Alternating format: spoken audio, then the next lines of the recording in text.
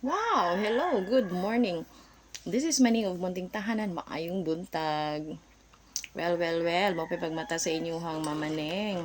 And then, I have here my coffee. And then, pandayon. Well, it's Saturday. So, wala ko nakauli sa amua kay... Wait.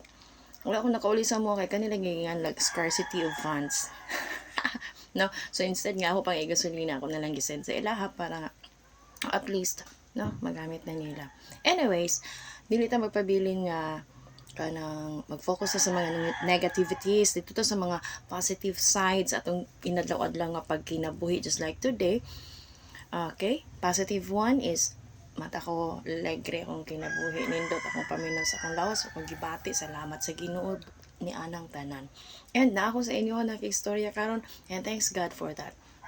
And another thing is I have here something to eat, and thank you for everything, Lord Jesus Christ. Ni ana lang tayo, dili na ta magsigig focus atong mga negative na ay wala tay kuan, wala tayong ani, si kuan ay ing ana niya kita wala. No, that's a bitter part of life. So dapat i-enjoy ra nato ang atong everyday activities, everyday nga naa sa ato. Because what? Kung grateful ta, kung mapasalamaton ta sa bisag unsang butang nga naa sa atong kinabuhi, murag ang grasya kay muda usdos mo paspas og agas diha sa ato. Promise, yeah. Kay gani pa ha, this is part of my morning, no? Morning gid karon. So as I said, wala ko ni uli kay medyo natay scarcity sa funds, okay? Dayon, excuse me. Ako lang gipa-withdraw sa ilaha. So akong gihulog dito ipakuha sa ilaha. That's why naara ko diri. What is the very great thing this morning is early in the morning nagchat akong anak nga ma. Ang ato ang mag, okay? Ang atong mag dinhima nahurot gipakyaw ni Kuan. So shout out sa nagpakyaw sa akong mag. Thank you so much. You are a blessing to us. Kay lagi natay ginganlag scarcity of everything. Almost everything. Yeah, but kabalo ka kung dili lang nimo siya i-center sa imong kinabuhi, no?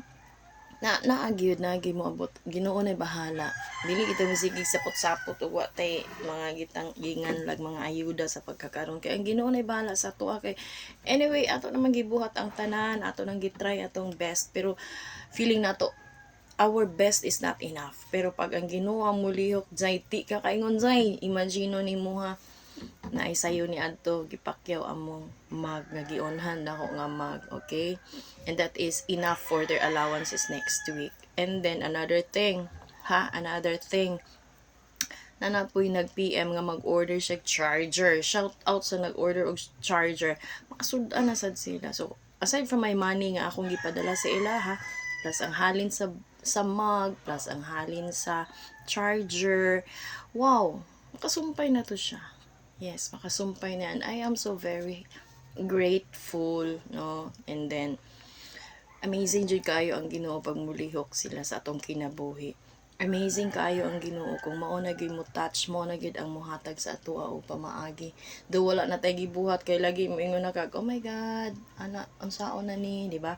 Pero pag ang Ginoo na day, no? Ang Ginoo na gani moingon nga ako na bahala sa imuha. Just stay put, ako na bahala, ako'y sulbad sa imong kawadon.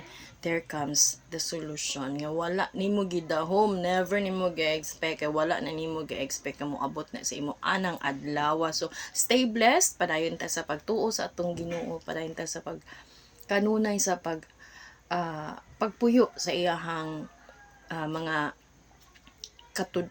kasuguan.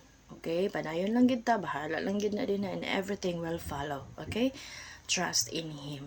Naaragi grasya nga mo abot. Thank you so much for watching. I love you.